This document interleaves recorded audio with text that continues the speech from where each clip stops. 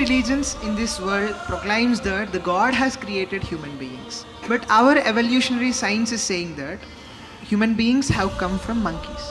Which one should I believe in? What do you feel closer to? So if you're going in forward gear, go with Darwin. If you're in reverse gear, go with God. These are two different ways of doing the same thing.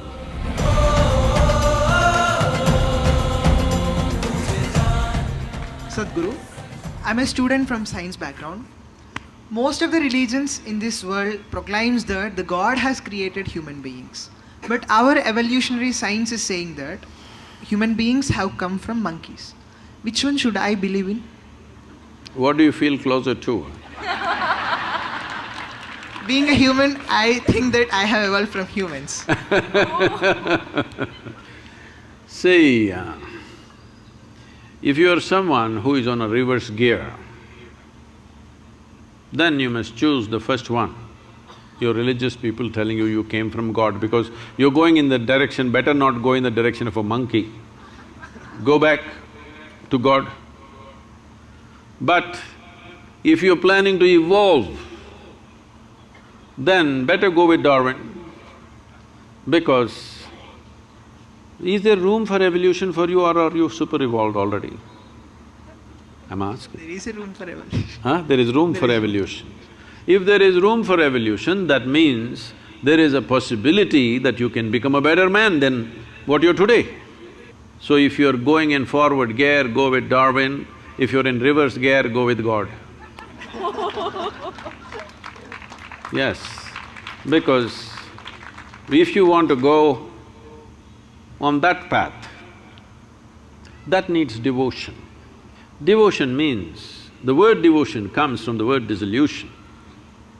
You want to dissolve into your object of your object of devotion, whatever it is, you want to dissolve into it. So, in a way, it is a way of making yourself less and less and less so that you become nothing, literally. It's a wonderful way to live. It is not sounding good when you speak in language that you want to become less and less.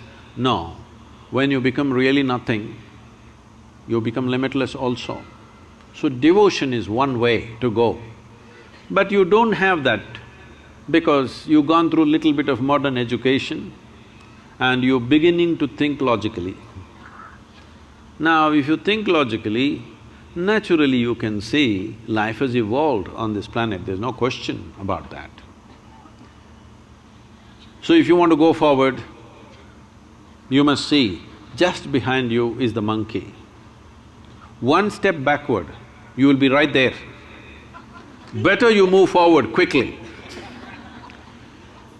Because some of the scientists are saying today that the DNA difference between you and a chimpanzee is only 1.23%. 1.23% is not much of a difference, isn't it? So, if you're not happy with 1.23%, you must accelerate your evolution. The entire system of yoga is just this, how to accelerate your evolution. In every dimension of who you are, how to hasten this process. Now that you're talking about evolution, whatever Charles Darwin said, a goat could have become a giraffe. It took so many million years. A pig could have become an elephant and it took so many million years. And a monkey became a man and it happened rather quickly. To such a point, anthropologists are saying that there must be a missing link somewhere. It happened rather very quickly. So now, if evolution happened, when you were a monkey, you did not desire, I want to be a human being. There's no such desire in you. Nature just pushed you on. It's just life's longing. It's not a conscious thing. It's just life's longing to get better. From an amoeba to here, just imagine the volume of work that's been done. Incredible, isn't it? Whatever amount of time it took from a single-celled creature to the human being, what a tremendous amount of work has been done. But now you've been rendered in a space where Your evolution has to be conscious. 15,000 years ago, over 15,000 years ago, Adi Yogi said this. When his seven sages asked, his seven disciples asked this question, how did life happen? You have heard of the 9 avatars. What are they? Matsya, Kurma, Varaha, Vamana, Narasimha, Parashurama, Krishna, Buddha, Kalki. So, please look at what he is saying. This is very much in parallel with what Charles Darwin is saying. First is fish, Matsyavatara. Next is amphibious, turtle. Then he's skipping all the other small forms and coming to the mammals.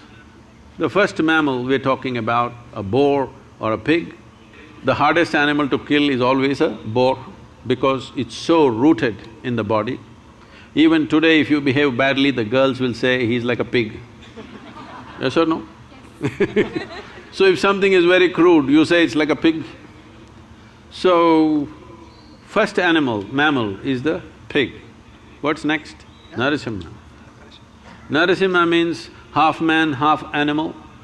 Next is Vamana, means a dwarfed man. Next is Parashurama, a full-fledged man, but explosive and uncontrolled, volatile. Next one is Rama, a peaceful man. Next one is Krishna, a loving man, an exuberant man. Next one is Buddha, who is a meditative man. Next one is supposed to be a mystical man. This is not about those individual people. This is just… these people are being used as milestones. This is the nature of development of life. In many ways, this is running parallel to Darwin's theory of evolution. Darwin's theory of evolution is only 152 years old. Adi Yogi spoke about this over 15,000 years ago. And then naturally the next question is, can we evolve further? Because you find right now when you want to study for your examination, you wish you had little more brain. Hello? Does it happen or no? So naturally question, can I evolve further? If a single-celled animal can become this much, can I go further? So Adi Yogi said this. This is… modern neurologists are saying the very same thing in a different language. Adi Yogi said, considering the nature of the solar system and the arithmetic, the way the planet, the moon, the sun, these three are very important. This is why the entire yogic system is around these three aspects. These three have significant roles. Unless something fundamental about the solar system changes, he said, your body cannot evolve further, but you can evolve consciously. When we say we can evolve consciously, I can show you or we can take you as an experiment if you're willing. Yes. Huh? We can put you on something and show you that your very fundamental genetics will change within a matter of 3 to 9 months by doing certain things with your system.